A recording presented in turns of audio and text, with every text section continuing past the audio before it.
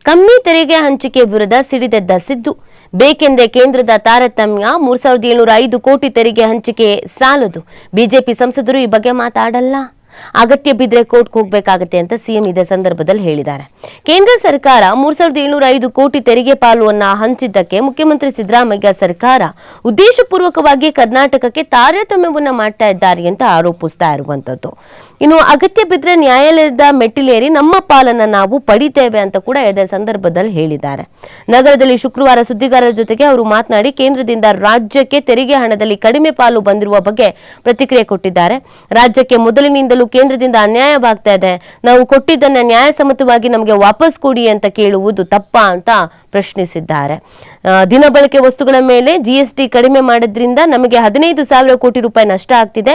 GST ಕಡಿಮೆ ಮಾಡಿದ್ದನ್ನ ನಾವು ಸ್ವಾಗತಿಸಬೇಕು, ಆದ್ರೆ ನಷ್ಟವನ್ನು ನಾವೇ ಅನುಭವಿಸಬೇಕು. ಕಳೆದ 8 ವರ್ಷದಿಂದ ಕೇಂದ್ರ ಸರ್ಕಾರ ದಿನಬಳಕೆ ವಸ್ತುಗಳ ಮೇಲೆ ಜಿಎಸ್ಟಿಯನ್ನ ಹೆಚ್ಚಿಗೆ ಮಾಡಿ ರಾಜ್ಯದಿಂದ ಅತಿ ಹೆಚ್ಚು ಜಿಎಸ್ಟಿಯನ್ನ ವಸೂಲಿ ಮಾಡ್ತಾ ಇದೆ ಅನ್ನೋದನ್ನ ಕೂಡ ಅವ್ರು ಹೇಳಿರೋದು.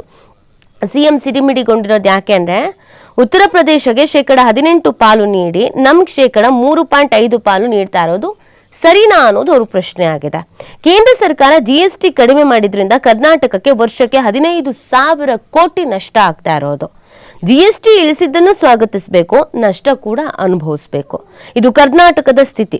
ಬಿಜೆಪಿ ಸಂಸದರು, ಕೇಂದ್ರ ಸಚಿವರು ಕರ್ನಾಟಕದ ಹಿತಚಿಂತನೆಯನ್ನ ಮಾಡಲ್ಲ ಅನ್ನುವಂತ ಅಸಮಾಧಾನವನ್ನ, ಬೇಸರವನ್ನ ಹೊರಹಾಕ್ತಾ ಇದ್ದಾರೆ.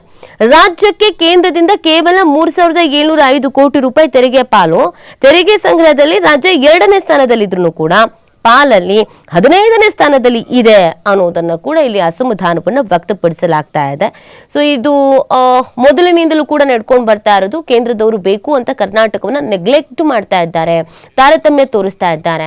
ಇಲ್ಲಿ ಕಾಂಗ್ರೆಸ್ ಸರ್ಕಾರ ಅಧಿಕಾರದಲ್ಲಿ ಇದೆ ಅನ್ನುವಂತ ಕಾರಣಕ್ಕೋ ಅಥವಾ ಕರ್ನಾಟಕ ಅಂದ್ರೇನೇನೆ ಆಗ್ಬರಲ್ವೋ ಗೊತ್ತಿಲ್ಲ, ಕೇಂದ್ರ ಉತ್ತರ ಪ್ರದೇಶ ಈ ಭಾಗಗಳಿಗೆ ತೋರಿಸುವಂತ ವ್ಯಾಮೋಹವನ್ನ, ಪ್ರೀತಿಯನ್ನ, ಕಾಳಜಿಯನ್ನ ಕರ್ನಾಟಕ ಅಂತ ಬಂದಾಗ ತೋರಿಸಲ್ಲ ಯಾಕೆ ಅನ್ನೋದು ಪ್ರಶ್ನೆ ಆಗಿದೆ. ಎಲ್ಲಕ್ಕಿಂತ ಹೆಚ್ಚಾಗಿ ನಮ್ಮಲ್ಲೂ ಸಂಸದರು ಇದ್ದಾರಲ್ಲ, ಬಿಜೆಪಿ ಸಂಸದರು, ಬೇರೆ ಎಲ್ಲದಕ್ಕೂ ಲಬಲಬೋ ಅಂತ ಬಾಯಿ ಬಡ್ಕೊಳ್ಳುವಂತ ತೇಜಸ್ವಿ ಸೂರ್ಯ ಅವರಾಗಿರ್ಬಹುದು, ಪ್ರಹ್ಲಾದ್ ಜೋಶಿ ಅವರಾಗಿರ್ಬಹುದು, ಇವ್ರುಗಳಿಗೆ ಯಾರೂ ಮಾತಾಡ್ತಾನೆ ಇಲ್ಲ. ಯಾಕೆ?